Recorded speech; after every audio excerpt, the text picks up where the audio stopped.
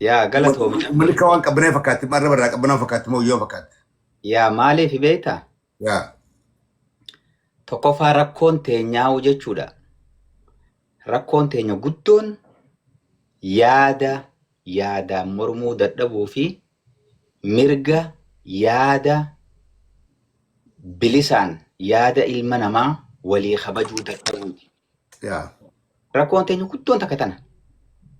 Yaada walii kabajuu dadhabuudhaan arrabatti fayyadamuun ilaalcha yaada dadhabaa yookaan waa hubannoo bilchala dhaba mallattoo argisiiftuudha. Yoo waan kana goone hawaasa bilchaataa jaamnaa jechuudha. Yoo yaada kan kee ansii kabajuu bare, yoo yaada ummata kanaa kabajuu fi barre, amma laal hogguu ummata kanaas gubbatti ol affeertu namni cafee viidiyoo kan keenya cufin silaalee kin dubbachuu barbaada. دابو براتي توبت Okay. Laal ummanni kuni hogguu ammaan tana ol affeertu mirga guutuu kenniteef jechuudha. Namni waan feetan gaafattanis gaafaddaa.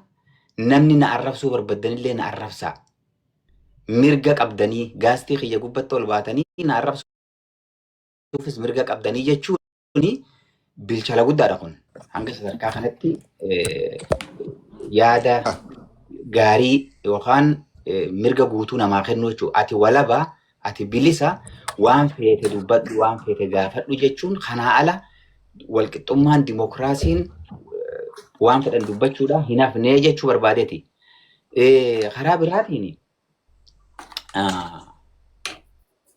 Karaa biraatiin Harargeeni reefu namni tokko waan jees gubbatti Harargee jalatti ni gabroomnee jette caffee jeessi gaafate. Duuba Harargeen dhugaa maqaa gabroonfataati. Of course kana walii amanuudha qabna.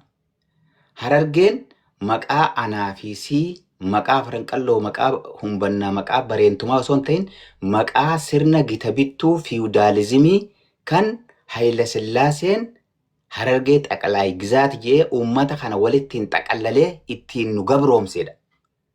Kana amanuudha qabna. Harargeen waan gartee yoo diigamte uummanni kun gartee adda diigamnee u'uu jee iyyuu miti.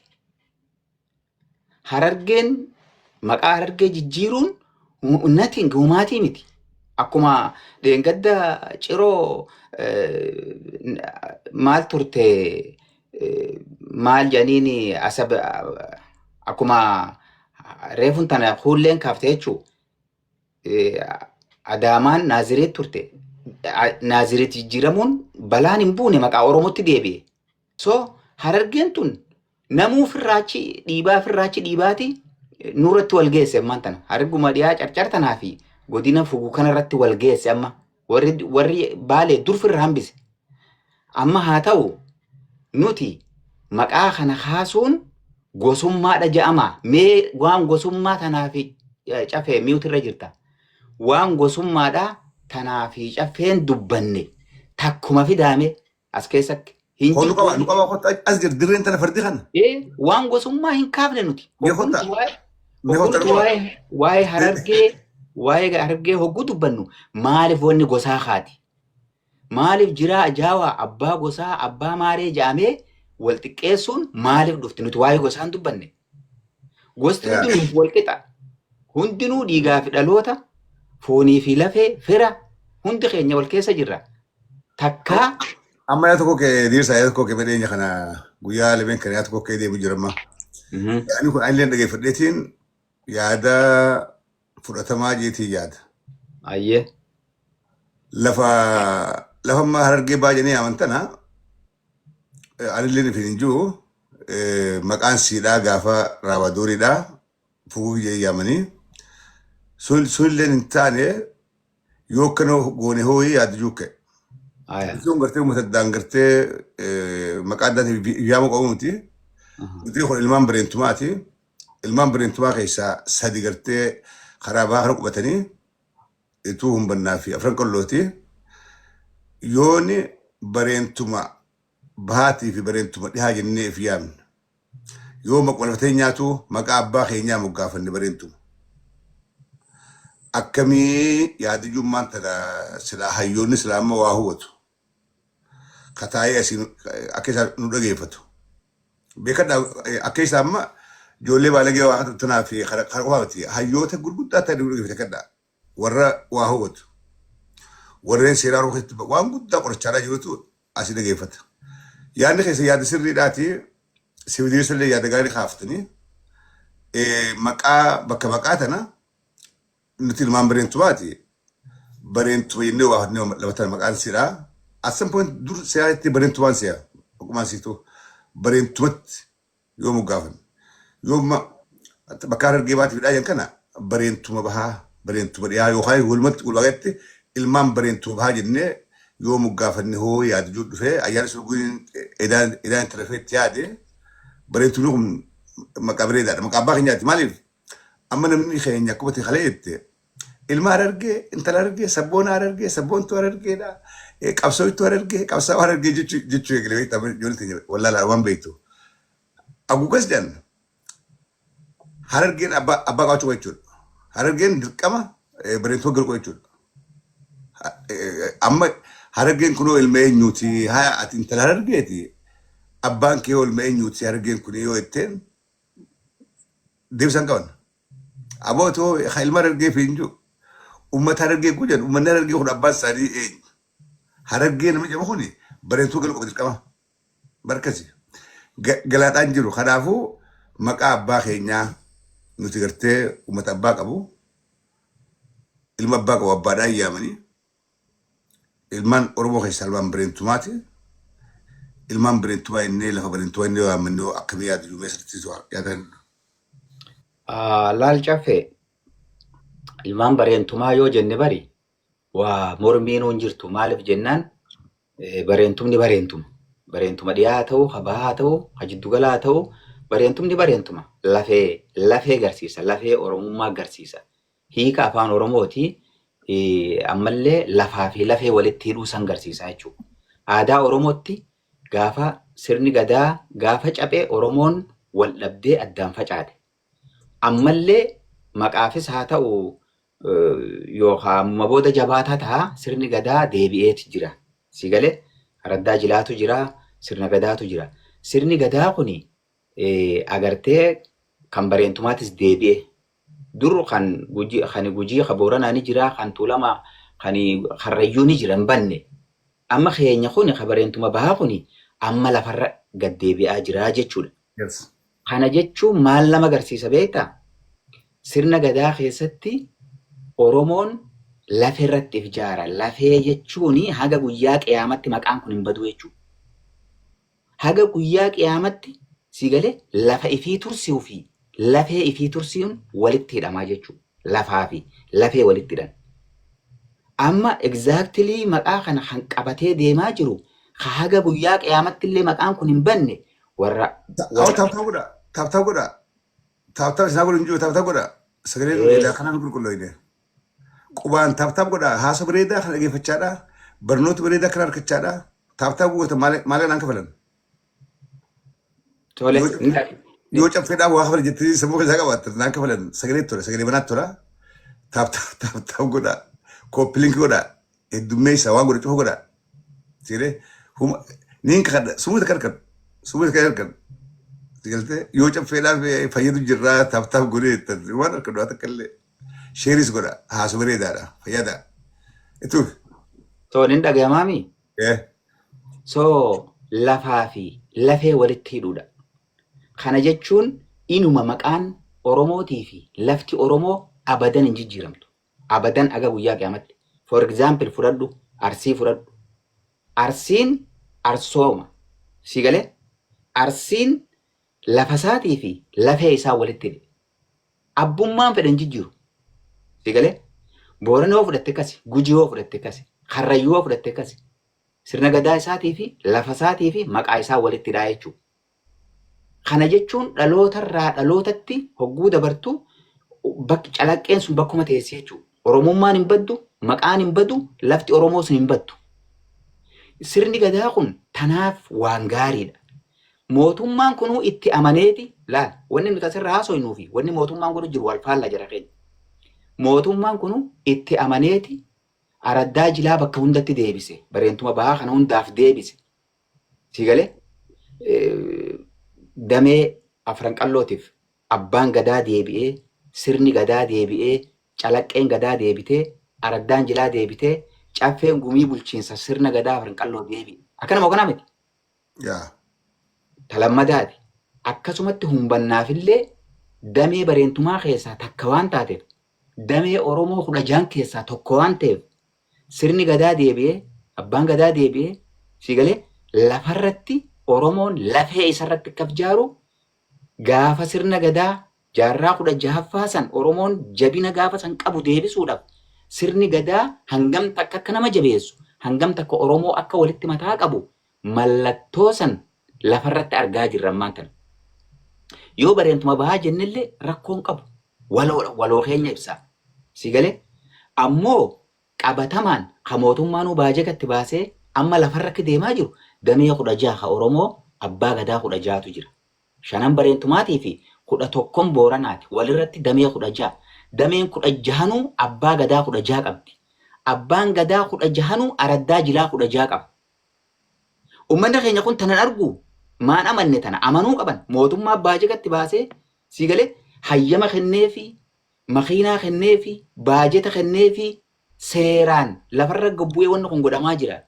Hogguu ammoo Oromoon sirna lafaan buluudha sirna gita bittuu feudalizimii sirna gita bittuu dargii sirna gita bittuu naftanyaata durii fi sirna gita bittuu wayyaanee hunda jalaa kara sirna gadatti shiifti godhaa jiru kana warri maqaa gabrummaa kanurra ture kana akka amantitti fudhatan gurra quba haatanii iyyan jechuu jani maal maqaa keenyaan nurraa baduu deemaa maqaa keenya dhabuu deemnaa duunee bannee addaan diigamnee wal fixuuf deemnaa jedhan akkamitti because maqaa kana maquma gabroonfataa kana jechuu maqaa kiyyoonfattuu maqaa guyyaa salphina Oromoon itti cabxe maqaa raroo waanjoo gabrummaa nurratti fi'ame maqaa ittiin gita bittuun ittiin nu bitte maqaa kana akka amantitti fudhanne amma namni Harargee tuqe namuma quraana rabbitti bu'ee jechuudha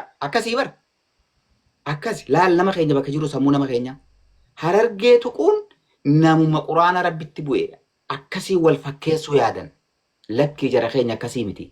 Mataa haa banannu wanni nuti jenne dubbii seenaa ta dhugaa dubbanne. Tokkoffa maqaan kun jechaanis keenyaa miti. Lamada kaayyoon isaa xaqallalanii bulchuudha Oromoo bituu bitta sirna gita bittuuttu itti fayyadame. Siigalee maqaa guyyaa waaroo Oromoon salphina uffatte nutti kenname. Maqaa fedhii teenyaan ala nuun bitani. Siigalee kana hubachuudhaan wanni nuti kaafne waan qabatama seenaati. Waan dhaloonni kun baruu qabu. Siigalee waan yoo maqaan kun nurraa hafellee qiyaamaan hin buune takka jechuudha. Yoo waanuma irra gaaritti jijjiirranne malee. Siigalee waan safuu teenya deebisu, aadaa teenya deebisu, sirna keenyarra nu deebisu, Oromummaarra nu deebisu. Waan akkasiiti waan gaariidha wanni nuti dubbanne. Laal salphina keessaa akka baanuufi. Intala Harargee akka fiin hin jenneef ilma Harargee akka fiin hin jenneef ijoollee Harargee ummata Harargee akka fiin hin jenneef goota Harargee akka fiin hin jenneef by the way goonni Harargeef du'e hin jiru nuti Oromoof duune malee Oromoof qabsooyne malee Oromoodhaa Harargeedhaaf hin duune Harargeedhaafis hin qabsooyne nama tokkoon argaa Harargee tana jala qabsooyne goonni meeqa Harargee jala dhumatee maqaa kanaan seenaa meeqaa dalagamee akkas taanee jan laala sheemiidha kun qaanyii teenya jaran namni Harargee du'e tokkolleen hin jiru Harargee jalakkis hin qabsooyne nuti Harargeefillee hin qabsooyne goonni keenyalleen adda bilisummaa Oromoo kallacha qabsoo Oromoo jalatti bara dukkanaa siigalee kiyyoonfattuu sirna Harargee sirna gita bittuu feudalizimii tan Hayila Sillaaseetii wal mormanii jaarraa abbaa gadaa afaan siigalee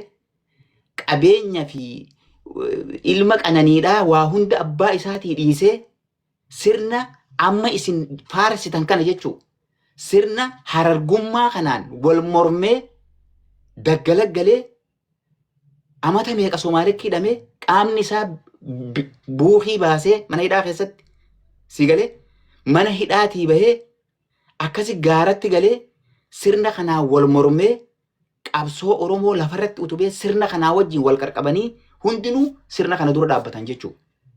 Harargeen nuti ni duunaa fi ni wareegamnaa fi jennu harargee uummata keenya fixxe harargee caammaa nuurfaa fixxe harargee gootota keenya lafarraa dhabamsiifte bara Haayile Sillaasee keessa harargee nama keenya daaraa daakuu goote jechuu sirna kana faarsaa jirra sirna kana maqaa godhannee abbaa biddeenaa godhannee himachaa jirra. Kanaa jecha akkanatti arrafamaa jirra jechuu mataa keenya kan nu deebisanii si galee kanaa jecha wanni barbaachifne hundi nuun jaamaa jira.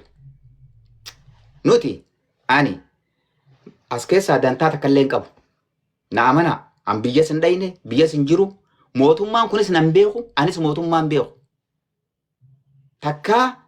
Takkaa dharaaf harka kanneen beekan nama if dandahee dhugaarratti dhugaadhaa wajjin wal falmuun. Kophaati yammas leenca kophaa lolu nama tokkollee gargaarsifadhu. Dhugaa fi dhugaa qofaan hin deema. Oromoo umrii tiyya guutuu nin qabsaaf, ammallee nin qabsaaf, borullee nin qabsaaf. Wanni amma nuti itti jirru qabsootti hin fudhadhaan. Qabsoodhatti hin fudhadha. Warri na arrabsu immoo namadhaan bilisummaa baasuudhaaf sii galee qabsootti jirutti hin beekaa haan arrabsanii. Boru deebi'anii na faarsoo ta'an je'eeti waan hin amanuuf jechuudha. Wanni arrafamuuf arrafamee namni keenya iyya banatee gurraan haa if dhaggeeffatu an eenyu je'ee haa if baruu je'eeti. So kanaafi hogguu maqaan harargee kun dhagahamu gosaanis wal kan hidhanaa abbaa gosaa abbaa maxirqoo abbaa maalii hin jinaa gosti mas arrabaa miti. Gosti waan namni itti arrafamuu miti. Gosti tanteesi beekun gosaaf ati ilma gosaa jechuun waam gaariidha kun. Godhuu haa barannu. Inni sadaffaa immoo maaltu nuu mala mataa walitti qabannee maaltu nuu mala jennee waan namni waa dalaguu dandeenyu mataa walitti qabannee hawaasa keenyaaf waa goonu silaa arraan tana waan akkanaa siinaa soonu uummata keenya cinaaksanii dhumaa jira.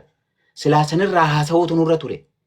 Dheengadda ji'a tokkoon geenye uummata keenya ka cinaaksanii dhume nama 200 olin fuudhee maxxansee caffee maqaa isaanii. Namni tokko nama shammoo jaanna jalaa sheer godhe hin dubbatan. Arrammoo waan maqaa harargee nuti kaafneef akka waan cinaaksaniif dubbachuu barbaadanii akkamitti akka waan nuti afaan qabnee wayii jechuudha. Cinaaksaniif dubbachuu afaan qabnee akka hundu kun akka nurra bobban kana cinaaksaniif sagalee ta'uudhaaf bobba'uu deemanii tokkotti qabdanii ganna lakkisinaa uuu jechuu jiran. Mee ni banna ajandaa cinaaksanillee ni banna. Garuu diriirsa wanta kan siirus. Ayyee. Dandeettii qabdullee fi quudha. Ati jecha lama dubbatteeti torbaan lama sirraa haasawaa jiran. Ati nama jabaadhaa jechuudha, nama dhageettii qabu jechuudha, nama dubbiin ta'e fudhatamtu jechuudha, nama dubbiin ta'e deemtu jechuudha.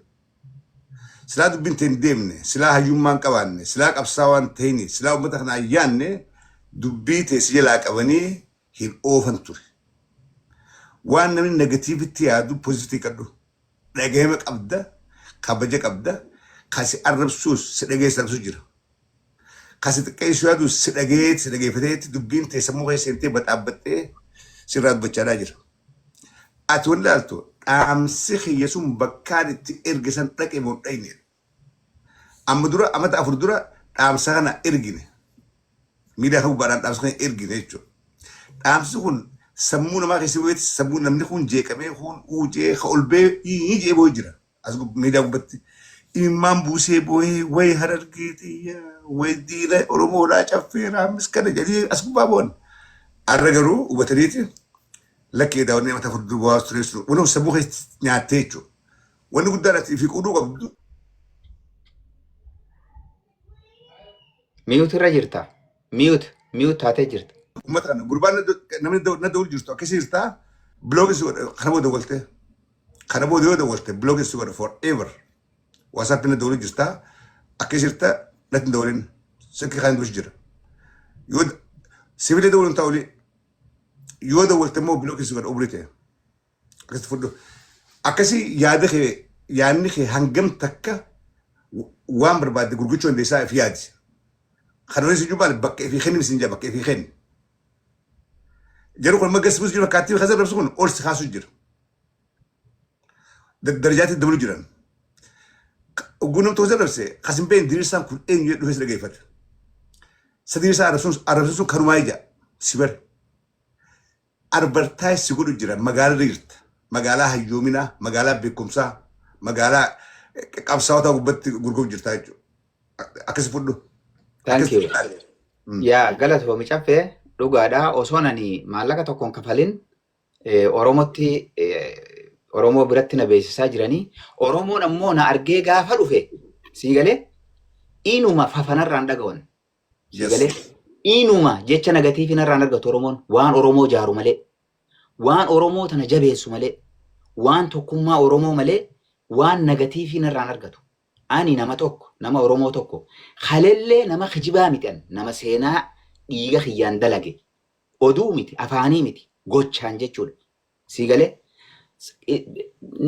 rakkoo takkan qabuun sanirraa abbaan fedhe waan fedhe haasee kan na bira dhufee na wajjin dubbate akkan itti wajji haasa'uun beeka waanin itti haasa'uun beeka yeroon itti haasa'uun beeka sii galee bakkan itti haasa'uun beeka ani nama tokko namni tokkollee nan arganne gosa takkallee bakka hin bu'u dhaabbata tokkollee bakka hin bu'u waanin asirra dubbadhullee anaatu itti gaafatama nam tokkolleen itti hin gaafatamu hamtuu dubbadhee toltuu dubbadhee ummata kiyyaaf ammoo nin dhaabbadha ummata kiyya hin salphisu yoomillee Oromoo ija bitaatii fi ija mirgaatiin ilaala ammoo wanni nan as keessatti arge nama keenya kana keessatti odoo namni akkanatti as taa'ee haasa'u kun tarii ana ta'uu baate sii galee maybe akkatti narranfamumaa faata waanin arge beekadhu kun sirri laalamma dheengadda wanta kan isin kana dheengadda hoggunanii waan biraan dubbanne saraaruma laman barreesse waa'ee ashana afran ilmaan warree manguddoon teenya meeddanuu baasa afoola keessatti dhaga'ee jeetiin barreesse laal na duuban guyyaa lama sadii narratti duulaniiti qiyaaman girgiriin mee waasa duwasi ilmaan warree kun maali anuun beeku dhagaye siifin himaa dhaggeeffadhu ilmaan warree kun eenyufaadha afran naasii himaa dhagaye aya wanta na gaafan dubbadde dachii garagaleen siin jee abbaa guutaa hayyuu seenaa na duubaan dhufee ala jaha malee jaha olii tanaa gad dhuftee jee jecha kana kamtu irra ulfaata والله ما ترى كيسم بيكم مية دراوس دراوس والله كيسم بيكم فيديو جرت كوبا فيديو تجرا أبغى تاوان جارسات جلنج على جها إلمان جارسات يجي إسان كم بريء أنا خيسارو فنيجي بريء أنتم باجت شون هم بنو ما فرنك الله خيسارو فنيجي ما كان روي تقولوا برا دين قدار يجرا بخامل لما دورا يجرا لقيفت baran ammoo akkuma diriirsa irra duulan kana narra duulan jee sodaatee ifirraa achuma maxxanse agarte wanni inni jee jahan galalchaa bareentuma olii kanaa gad dhufanii jee silaa seelarii sabbataan kaka'anii loluu qaban silaa arra ture kaleessa hin dubbanne kam laal jafe laal hin kofli wallahi waan dhugaatii bara laal وانا جايبه تبر oromoo tarkaasa waan jiru laan ziipuma fidaan akkamatti cal us amma an wani nan galle biyo san dage fadde shayir le gode garu amma kudama ala hunne jaha ilman jarsati jaha galalchaje itullen itun guddon babbo gadullan galalchaje jeeti dubra kan sirbaje jeeti dubbata walen kana kanun je dhaloota amma jaha oriijinaalaa jaha immoo warra alaatti dhufe warra Oromaa jechuudha jekkatti hayyoonni seenaadhaa kaan. Akkas. An dubbiin tokko isin galle atiis afran ilmaan waaree jettee kan ilmaan waaree eenyu jetta? Ilmaan waaree hin jennaan ilmaan warreetiin jee malee. Ilmaan warree warra ilmaan warree eenyuti? Warreen ituudha kun beekamaadha kuni. Warreen ituudha. ilmaan warree kun ilmaan. Ilmaan warree Gaadullaa Sabbuu warree Meettaa Garasuu warree Arroojii Oomuu warreetii fi Meetaan teenyu tana moo meetaa biraa jira. dhaga'igaa duran asiif hin fixaa. Moomajii Eerii warreeti. Gosti tuni ni jirti biyyumatti Caccar keessatti ituudhaa beekamaadhaa manguddoon teenyas ni beekti. Waan irraa jaantu jira. Saniin an mee manguddoon teenya waan kan adda nuu baasaa warri beeytanii jee. Amma kun yakkaa miti si galee? Nama ajjeesu kun namni waan namarra duulaniif hin jiru. Si galee? Ammoo gosa bakka biraa dhaqee gosti hundinuu Oromoo bakka feete haa jiraattu. Oromoodha rakkoon hin jiru. Gosa biyya biraa dhaqee ganda biraa dhaqee yookaan naannoo biraa dhaqee gosa san takkasii hin jenneen. Haganumaa jecha narratti duulamee jechuudha. Ammoo kan dirree bahee dubbate hin dubbanne namni tokkollee. Amma dubbatee sinii fi dubbatee isaa wal qabsuu barbaada. Amma waliin ilmaan garsuu warree kana natti isin juuf ilmaan garsuu warree Afrikaa rakkoo itti kuni nu keessa jirammoo kana biraa jiran. Afurii meeshaniiwu. Eenyu faadha? Yaa nu keessa ni jiranii bakka biraa keessa ni jiran. Eenyu faadha? Warra nu keessa jiru. Amman siima sani Meettaa Arroojii fi eenyu Moomajii Manqaaxa janii jira ammas kabiraa. Manqaaxa Iluu warra jedhani. Isaan kun bara Meettaan ala keessaa mee? Arroojii ala? Meettaan ala keessa ni jirti, Ituu keessa ni jirti tokkuma jarri. Oborratti amma nuti Ituu fi hin jaanii gamoo baate ala fi hin jaan. Garuu Meettaan meettuma takkuma siin. Abbootu ilmaan baatu koota jechuudha. Meettaan lu hin jirtu takku. San isaantu beeka. Garuu Meettaan maqaan meettuma yaa. Meettaan afran qallootu Meettaan afran qallootu wanta alaa. Wallaahi tanayyoota isaanii gaafa dujafe anaa miti. Jechuun amma gaa wanni namoota tanaaf hin jiru wanni namoota tanaaf hin jemmaan tana. Antanuman beekuun dubbaddaree. Amma itoo keessa gosti meettaa jirti? Itoo keessa moo? Of course, yeah. Gosti meettaadha? Eewa. Meettaa afran qalloo tanaaf yoo walitti dhaadha meettaa alaa tanaaf yoo walitti dhaadha. An sanin beekan yoo abbaan an ilma keessani jee yoo abbaa yoo ilmi an keessani jee yoo abbaanis ati ilma kiyya jee san isaantu akkatti wal beeku. Amma akka badiriin kaayetti wayi jaan jaarsaa san keessa jirti jaan galachaa jirti jechuun hin jaar. Hin beekne mee san googil godhi ilaali. Googilii miti kitaaba warri jiru gurbaani jaan galachaatiif jaan jaarsaa jeeme kitaaban baasu jiranni.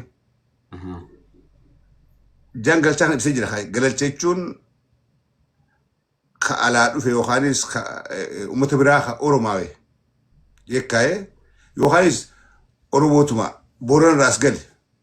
Oromuma Boorana yookaan Bareentumaa irraa gad dhufe jee. Bareentumaa irraa gali jee lafa kaa'e inni maanta. Bakka kana innis addanaa bahuu diddee jee.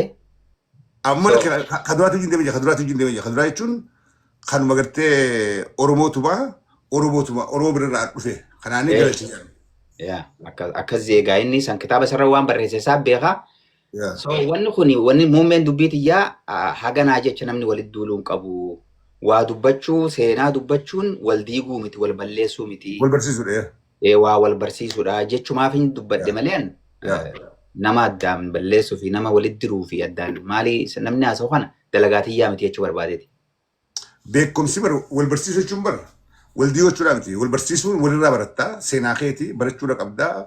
Hundee ta'e barachuu qabdaa. Akkuma seenaan Oromoodhaa qoratamee hundeen baratamatti seenaa keetiis bar seenaa keenya personaalii bar baayogiraafii mataa fi katabaa.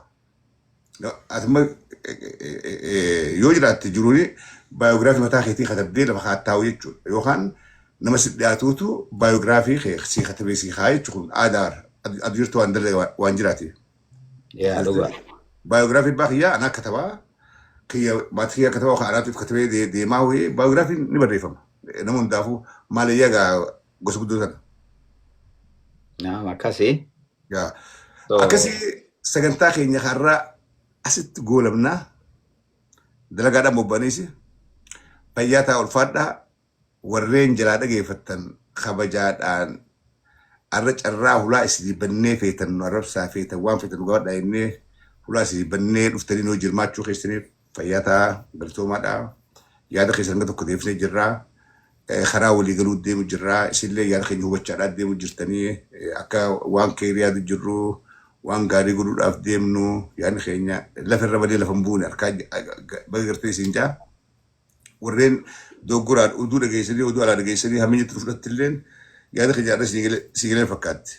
Dhiyeenya kana diirsaatu waajii jabeeti viidiyoo iddiit godhanii afran qalloo jalaa bilisoomni ja'a jedhiiti diirsaan waan san achi teenyee tobanaa aduu misoomaa mucaan waan san godhees qaanfatee kijiba hubatee namni keenya dubbii fixa fi qabee fiigaa diirsaatu nu arrabsee jedhiiti iyyaa turan garuu hogguu teenyee hojjaa soyinu dubbiin sun kijibaa yaa'etti yakkamaan gurbaa kan ta'e jechuudha kan gartee iddiit godhee maqaamaa kan itti kennu namni keenya waan gurraan dhageessa waan ijaan gartan malee hin amaninaa jettee keessaa ba'a. Jetteen waa balleessaadhaa deemti waa laaqaadhaa deemti reebus tokko dhufee akkas jee wallaahi ijaan gartee dhageessennaan wallaahi dhagee ni hin darbegate kijibni gaariidhaa miti sobni gaarii miti obboleeyyen waliin soban obboleen kijibarra kaan karaa kijibaan dabran deebiin nama dhiba dhugarratti hin dooyinne dhugaa wal dura keenye dhugaa walaa murkinu dhugaa walaa barsiifnu dhugaadhaa walirraa baranii barbaada. Fayyaa ta'a. Idriisaa fayyaate yoo? Ayyee galatoo.